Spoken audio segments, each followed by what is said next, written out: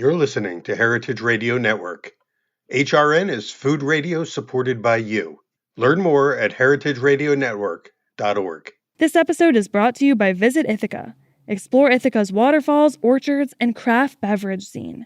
Plan your getaway at visitithaca.com.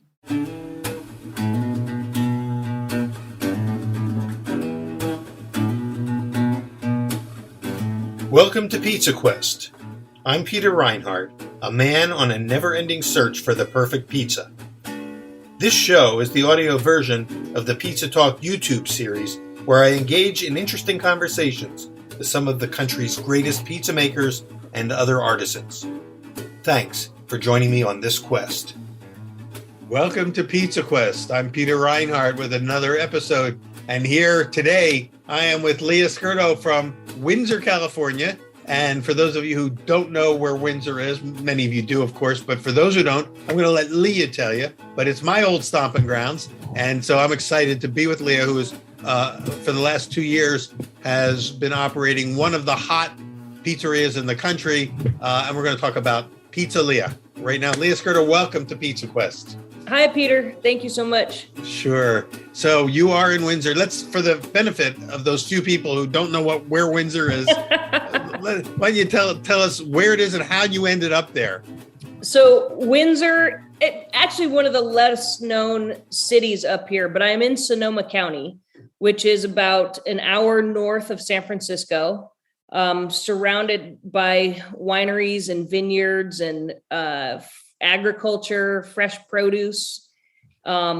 It's a beautiful place to live, beautiful place to own a restaurant. So Windsor is kind of smack dab. It's just the next town north of Santa Rosa. Most people know Santa Rosa better than right. I think of when I lived there, I used to think of Windsor as just an extension of Santa Rosa. It was like you continue, up whatever it was, Redwood Highway or whatever the road was that ran parallel to 101, and in a few minutes you were in Windsor. But exactly. When I lived there, and I've been out of Sonoma County for over 20 years now, almost 25 years. Windsor was just a place on a map. I mean, there were wineries and there was beautiful countryside there, but I don't remember there being an actual town of Windsor. Is that a new phenomenon? Yeah, it is newer. I mean, it's always been a town of Windsor, as far as I've known. When I was a kid, it was where the water slides were. Oh, yeah. Anybody like San Francisco, Marin County people would come to Windsor to go to the water park. That's yes, I remember that. The Windsor Waterworks. Yes, the Windsor Waterworks. Right. There's actually a brewery up here now, Cooperage, that does an ode to the Windsor Waterworks, and it's a pale ale called "You're Gonna Get Wet." Yeah. Do they have some water slides there for old time's sake? They should, right? At least they should. They're missing a great opportunity. if there was actual water up there, which is right now, a big scary problem. Yeah, it's true. But Windsor's really grown. There's a big town green now.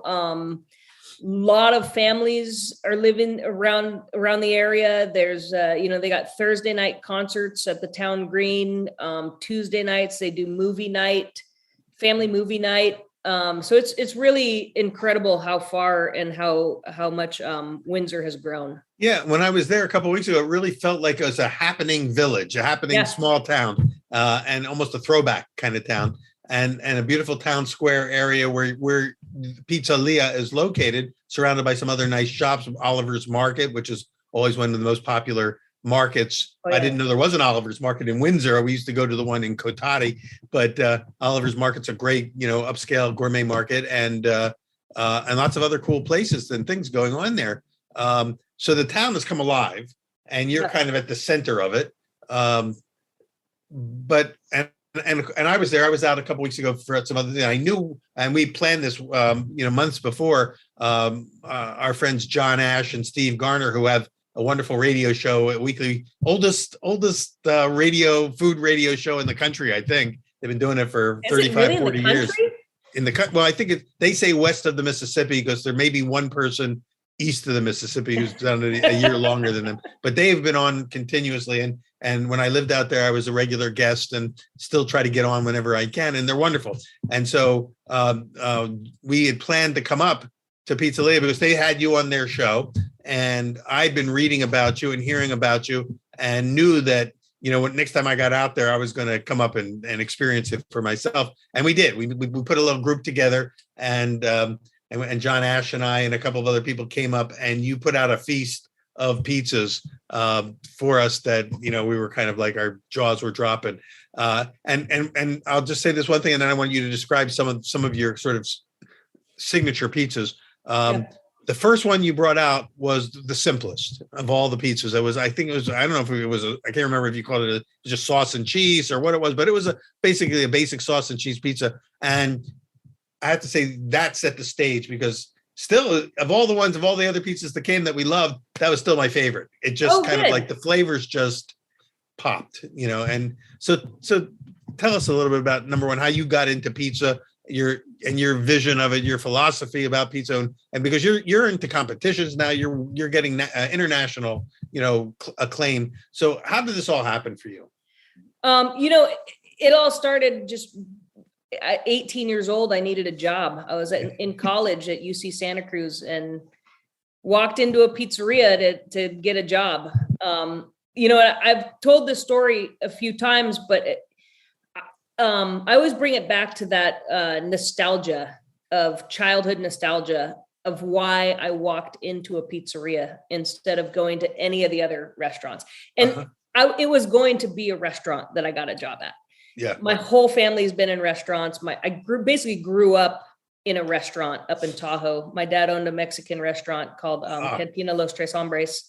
And my brother and I basically grew up at the restaurant. My parents would close it down and we'd be sleeping in the booths after the dining room closed. We'd be playing video games, all night long, and going up to the bar, and the bartender would give us quarters. Yeah.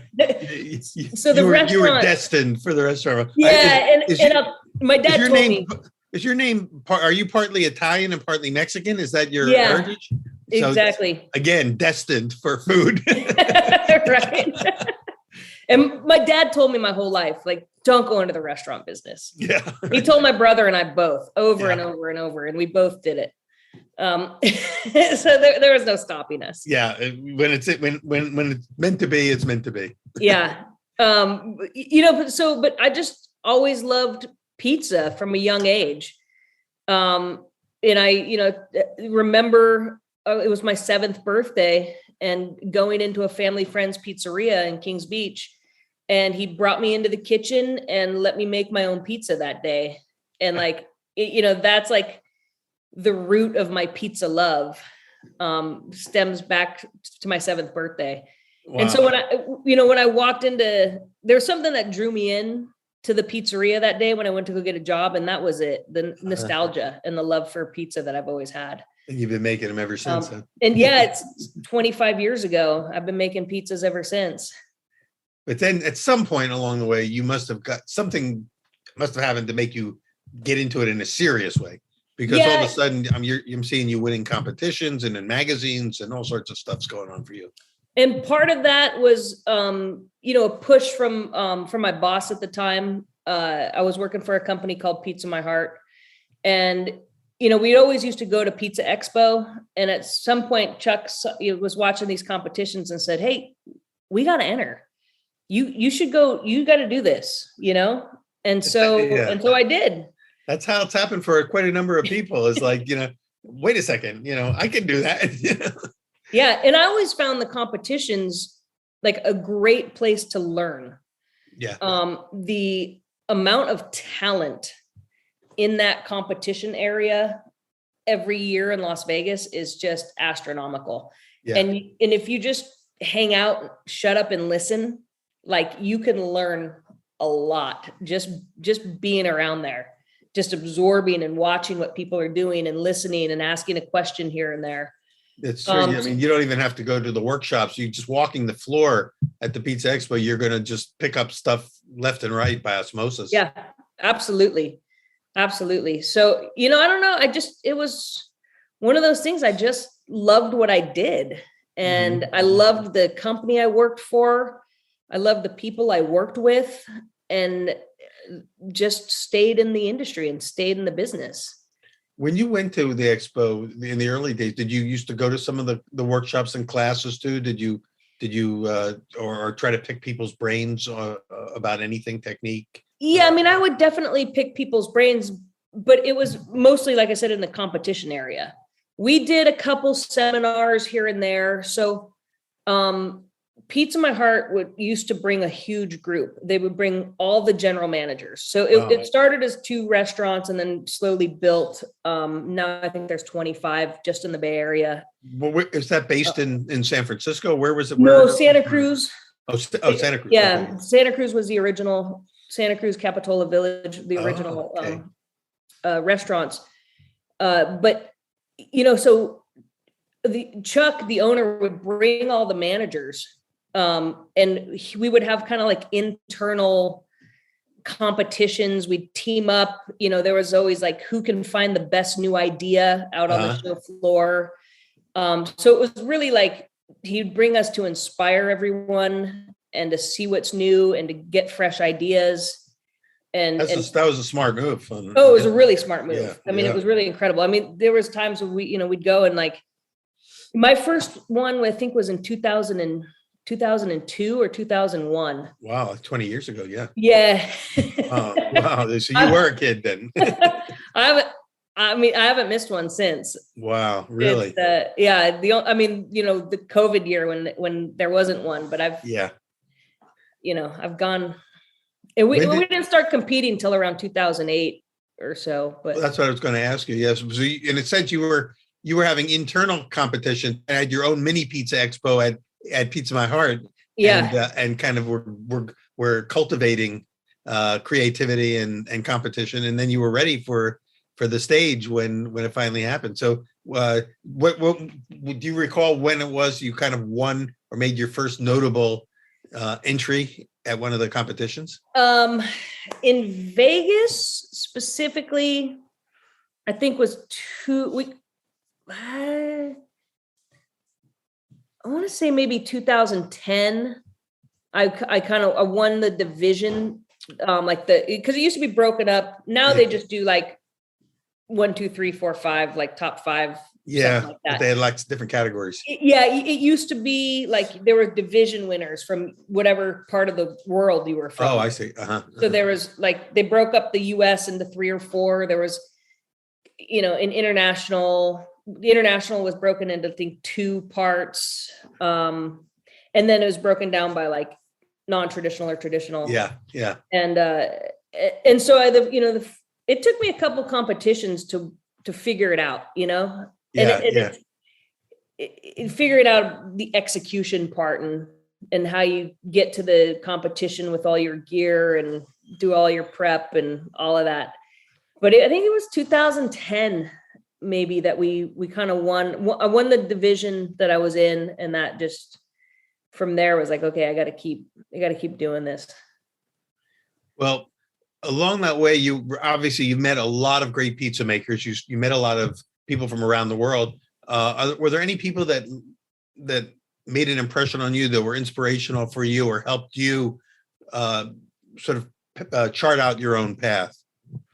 I think yes, absolutely. Like there were people who I would watch and I would see and like this, this person's incredible. And Brian Spangler being one. Oh yeah. Brian's a regular on Pizza Quest. He's we call him one of our pizza Yodis. He was. Yeah. He didn't know who I was for years, I'm sure. We know each other now, but like, I would see what he was doing, and he wasn't always like a pizza expo guy, but I would, I knew about a Pizza Shoals, and I knew about, watching what he's doing. And, but really my biggest inspiration kind of came internally within the company. That's very interesting. Yeah. And there were some people too that I like didn't necessarily know who they were. Some of the Italian guys, and we would just kind of like stand back and kind of watch what they were doing. And yeah. I didn't really know any of them and never really introduced myself to them. I was a little bit intimidated, but I know the crew from Italy that would come over, they had a different kind of gravitas about them. I mean, you kind of just by virtue of being Italian and maybe not speaking any English at all, it gave them this sort of extra, I don't know, aura about them. We automatically believe that they must know what they're doing. Yeah. And they were doing some pretty good stuff. Yeah. And it was the one like form of pizza that I hadn't really studied or delved into, was like that true Neapolitan, and trying to watch and learn how they make the sauce, and how they, they're different techniques for pushing out and opening up the dough. And just kind of watching all that stuff happen. So you really were kind of paying your dues by being there and watching. When did you finally get to like work in a wood-fired oven? Was that because that was probably happening at the beginning for you? No, yeah, because we were cooking. I was cooking in Baker's gas ovens, Baker's Prides, Montagues, that sort of thing. Like Brian Spangler.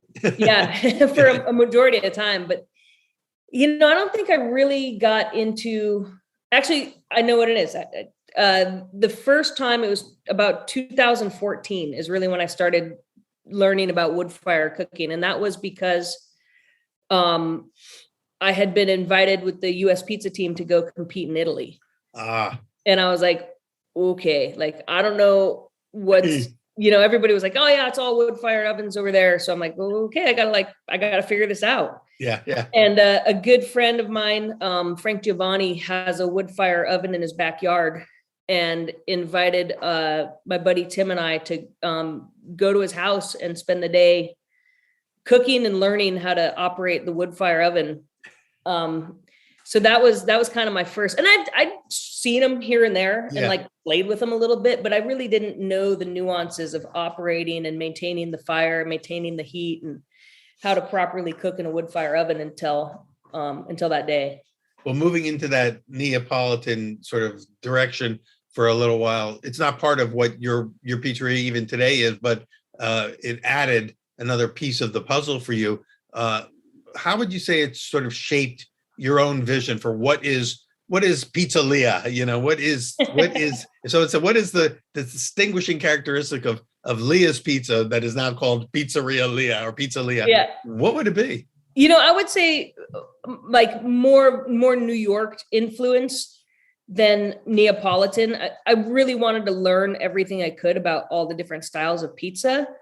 I love wood fire ovens and I love working a wood fire oven, but it's not necessarily my favorite style of pizza to eat. Yes, I know what you mean. Yeah, and it isn't for everybody in this country. It came on with a bang, and it's sort of plateaued. And some people are doing phenomenal work, and we're experiencing Italy, Naples quality pizza here for the first time. But it's still not. It hasn't won America over. I think Americans still love what we call, pizza Americano. Yeah, and it's hard to find someone around that's doing true Neapolitan pizzas as well.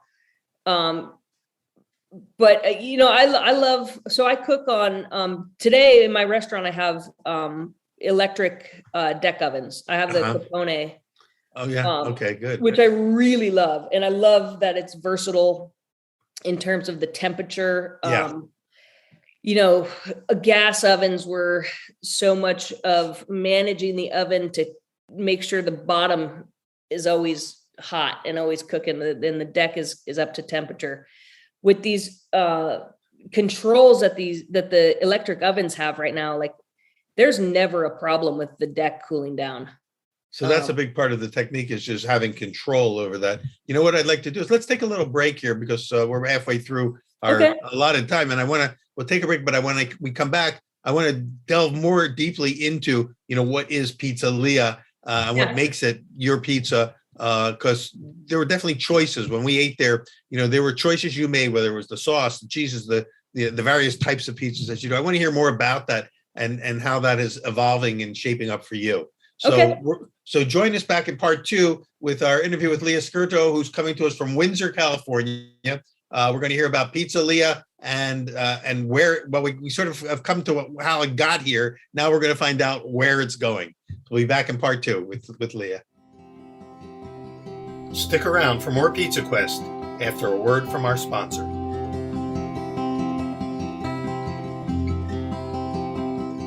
This episode is brought to you by Visit Ithaca, helping you to plan your next getaway. Ithaca has waterfalls and wineries, art and theater, outdoor recreation, and family fun. The area is famous for its glacier-carved gorges, co-op-run businesses, and cultural influences from Cornell University and Ithaca College. The area is well known for its local cideries, which are leading the way in America's cider revival. You can hear from the region's cider makers directly on HRN's series Hardcore. There is something really special about Ithaca's climate for cultivating delicious apples steeped in history and terroir. The second season of Hardcore is out now. You can learn all about apples and fermentation and dive into how cider makers and their communities are working to create an equitable industry and one that is resilient to climate change. Listen to Hardcore on your favorite podcast app.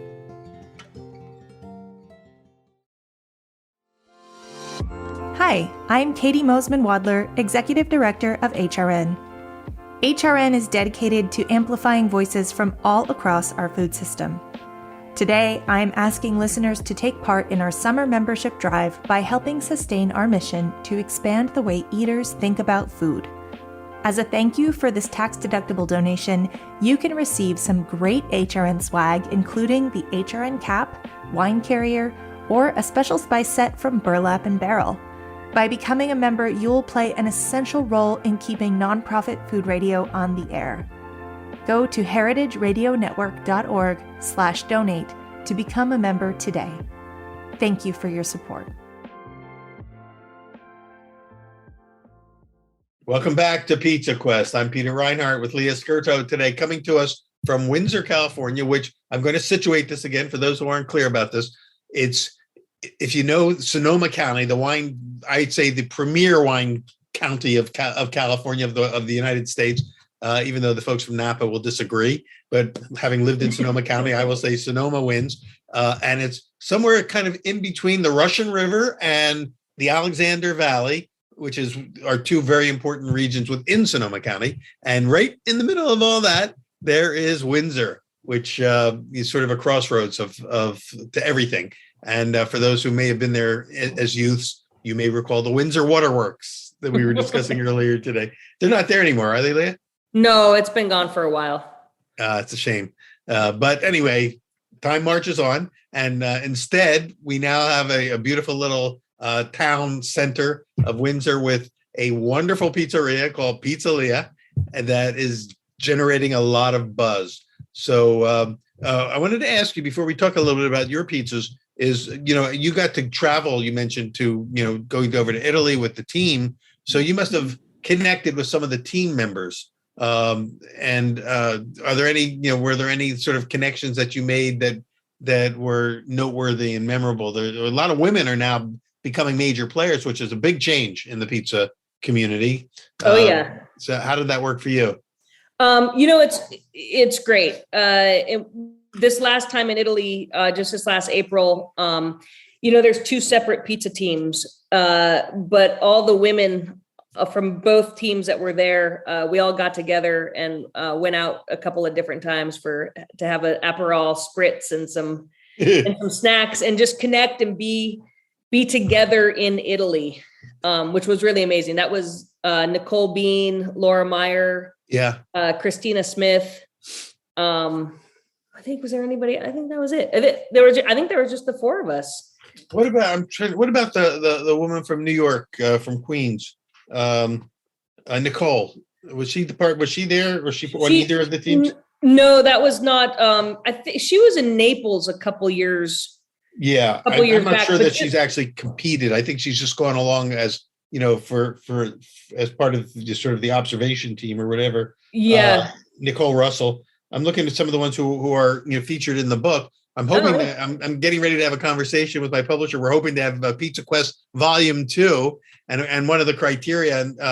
Because when I was working on this book, you were just getting up and running at Pizzeria, so we hadn't had you on the show yet, so you're not in this book. But if we get Volume 2 going, then I definitely want to feature you. You and one of your pizzas in the next volume of Pizza Quest. But That would be amazing. But there are quite a number of I would say important women now. With women as a category, women pizzaiolas are becoming an important influencer category within the pizza world. So we have people like Nicole Russell, who has her pizza in the book is called what I just had it here, the Kiss Me Converse. It's a jerk chicken pizza that's sort of a tribute to her Jamaican roots, and then we had Audrey Sherman or Audrey Kelly. Oh, she's great. Yeah, and so she was on one of the teams. So I didn't realize that there were two different teams. How did that work with having two teams? Were they sponsored by different groups or what? Yeah, basically, everybody. Some of the sponsors are the same. They cross over for sure. But listen, it's one big happy pizza family. Ultimately, like there's no like, oh, I can't hang out with you or I can't do this. It's like, especially when we're in Italy, we're all the Americans in Italy. Yeah. But we crossed those lines. It's an affiliation. It's a great way to promote your business. It's a great marketing tool being on these teams. It's a great way to be able to travel to compete. Yeah. But we all have a great time together no matter what. So and then you get to see what's going on internationally too. So that influences what you're doing. Hopefully you come back with new ideas as well. So which brings us back to Pizzeria, which, in which you feature a number of different styles. Can you talk a little bit about, I mentioned earlier, your classic sort of New York style sauce and cheese pizza, which was just, wonderful. I like to call it New York inspired with a California twist. Yeah. Perfect. So I try to use as many California products as possible, which is really easy to do. Yeah. I have Central Milling just down the road. So I use Central Milling flour. We got Bianco di Napoli in the Central Valley. I love to use the Bianco di Napoli tomatoes. I use the Corto olive oil for my dough. So it's, my dough is pretty California when it comes to the ingredients. We had the folks from the Corto olive oil team on the show, and I was blown away. I had no idea that they had gone so deep and all in on olive oil and had, in a sense, almost revolutionized the farming methods and the techniques for extracting the oil in a way that might be changing the whole, nature of the game. Yeah, no, it's really cool. And I've been on their tour that they do. We want to do that. We definitely want to do that. It's amazing. And they it's the Corto family. They're the Cortopassis, they're the Stanislaus tomato family. Exactly. So they really put on a nice spread when they bring you up there. You stay a couple of nights in a hotel and you do the tomatoes and you go to the olive fields and you go to the processing plants. It's really quite amazing. It's got to be fun. Yeah, it's great. But so with the pizza, and the reason I served you basically like just a plain cheese pizza first is because that's when I go to a new place, that's what I always try first. Yeah. Because you can't hide the dough, sauce, and cheese. Yeah. You have, and I always use California cheese as well. Really? Yeah. Nothing, grande stuff like that, Wisconsin cheese. It's great. Yeah. We're in the land of milk and honey here. That's right. We got our own cows. We got our own cheese. We have our own dairy. And I mean, why be in California if you're not going to use the plentifulness that you have there? Exactly. And I would say it's just as high. It's just as good quality. It's great. Yeah. So I like to, showcase with that plain cheese pizza, just how good the ingredients are. And then you can start throwing stuff on top of it and elevating it from there. Yeah. But if you're not using good cheese sauce and your dough's not good, then your pizza's not going to be great. So you mentioned that you'd like to use the Bianco di Napoli sauce. Is that the sauce that we used on that pizza? Do you use that on all your pizzas, or do you have other sauces that you use, or other products, tomato products that you work in? other tomato products for, like I use Stanislaw for my meatballs, and when I'm making the marinara sauce for the meatballs. Those were good meatballs, by the way. I remember those. Yeah. Yeah. So I use Stanislaus for those, and I use Bianco on the pizzas. I see. And then your cheeses come mostly from California style cheeses, or California made cheeses. Yeah. I do have some import. Like I use a sheep pecorino from Italy. I use a Reggiano for finishing cheese, but I definitely buy local, some stuff from Valley Ford, Cowgirl Creamery, Point Rez. We got so many great Vella Cheese Factory in Sonoma. Like I used to love going to Vella and just going to their tasting room and just eating that dry jack like all day. It's great. The Mezzo Secco is almost like a Parmesan texture. Yeah, fantastic. Well, it's so nice to have all that there. And what other kinds of pizzas then are you creating? I remember one of the ones you served was like a grandma style or a square pizza. Yeah, so I just call it a pan pie, kind of general, because it's not necessarily traditional to any one style. I love a grandma pizza. What I love about the grandma pizza is that fried crispy bottom that the grandmas get. Yes. So I oil my pans pretty heavily to get that beautiful, like crispy fried bottom. Yeah. But then I let them rise in the pan and do a par cook, so that they're like, maybe 3/4 to an inch thick. So they should get that more of that airy fluffiness that you get from a Sicilian, but with that fried bottom of a grandma. Is that a popular pie at the restaurant? It is. It's actually, and if I could make more of them, they're very time consuming and they take up a lot of space. So I actually make a limited number of those every day, and we sell out most days. It probably makes them even more valuable because there's only so many. I get people calling up at like 11:30, like right when we open, and reserving them for dinner time. Really? How nice. Yeah. You create this sort of the supply and demand challenge there for folks, which is great. So I remember we had that one and we loved that. And then there were a couple other interesting sort of creative topped pizzas as well. I try to use, especially with all my specials, local produce and small farms. Right now I'm running a peach special that I'm getting the Dry Creek peaches. And are you familiar with Dry Creek peach? Well, I don't remember. When I lived up there, I probably ate them without, but back then we didn't think that there was something special about them because they were just there, Yeah. So one of their things is, Alice Waters has been known to call her one of her final meals would be a last chance peach from Dry Creek. So that's the one. Okay. It's a small artisanal farm. It's one of the only dedicated peach farms left in Northern California. And the fruit just is incredible that comes off of there. They're not the farm, are they, that have a little cafe in the ferry terminal building down in because there's another famous peach farm there that and I had one of their peaches that Alice had also raved about, and also Jeffrey Steingarten had written about in one of his books.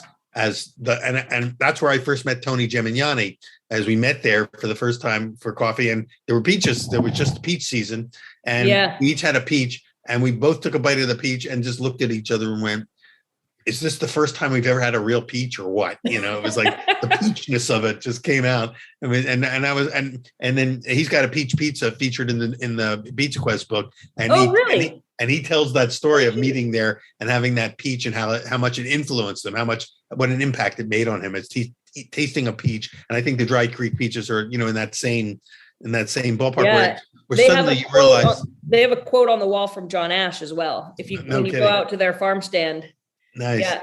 So is Dry Creek, is it right there in Healdsburg, or where are they located? Yeah, it's in Healdsburg, Dry Creek Road, Dry Creek Valley. I mean, it's nothing but vineyards, and then there's I missed the opportunity when I lived out there to take advantage of that one. I didn't grab it when I could. So this is the time of year. It's seasonal. So obviously you're doing some seasonal pizzas. A lot of places are gotten into peach pizzas. Seems to be a trend that I noticed when I was putting this book together. I think when people were sending their recipes in to me for the book, it was summertime. So we probably have three or four peach influenced pizzas in the book. A lot of corn pizzas. Are you doing anything with corn?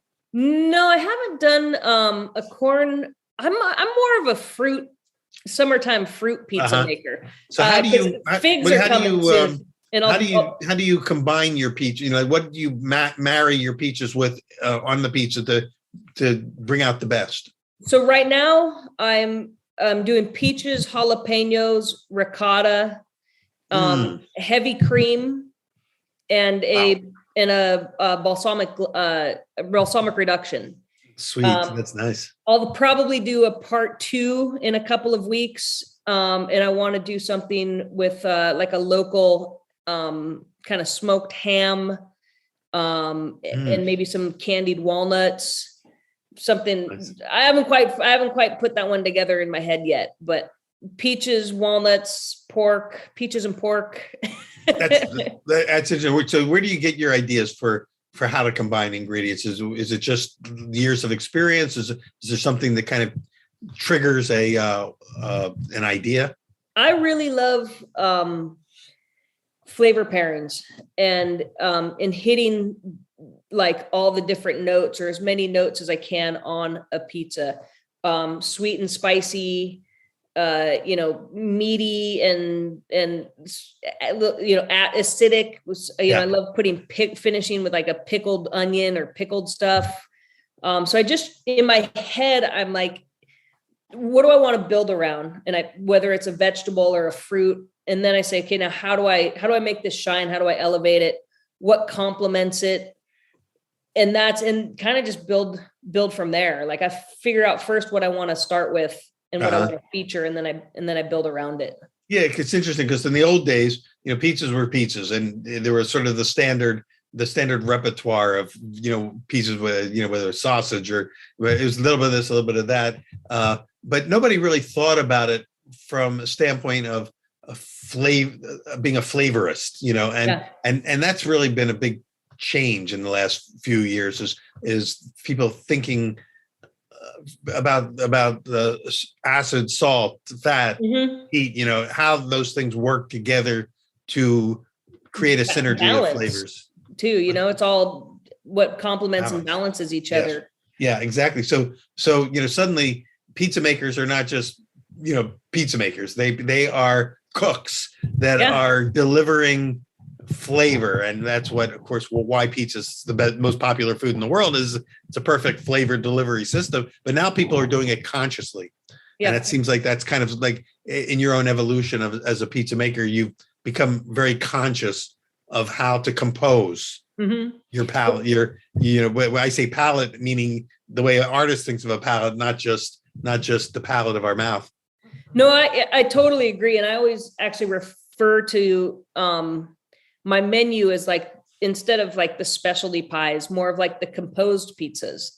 That's good. And I originally, when I first started like getting creative and competing and stuff like that, part of it was like, how can I take my favorite dish and recreate it onto a pizza?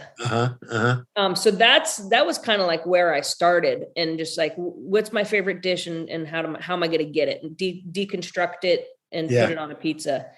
And then from there, I went to I took some culinary school classes just for fun back in the day.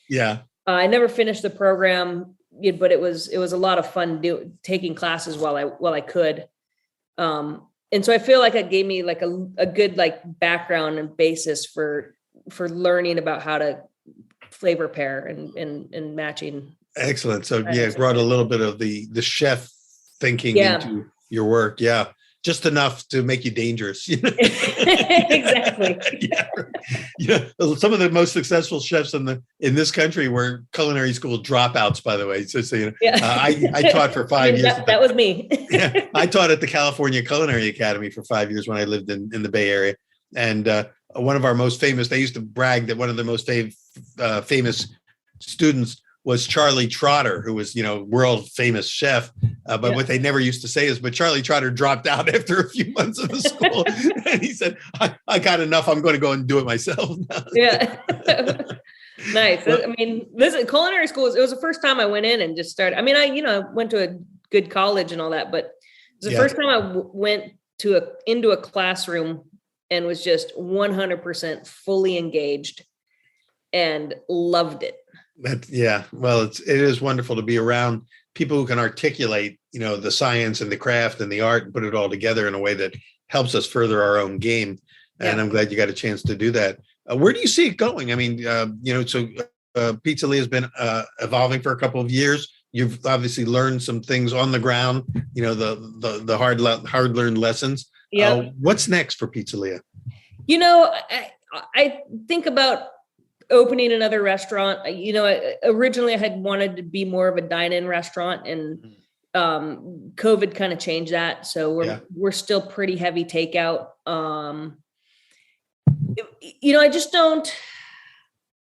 I don't know. I mean, I think in my head, I'd love to, Pizzeria. I got all these ideas.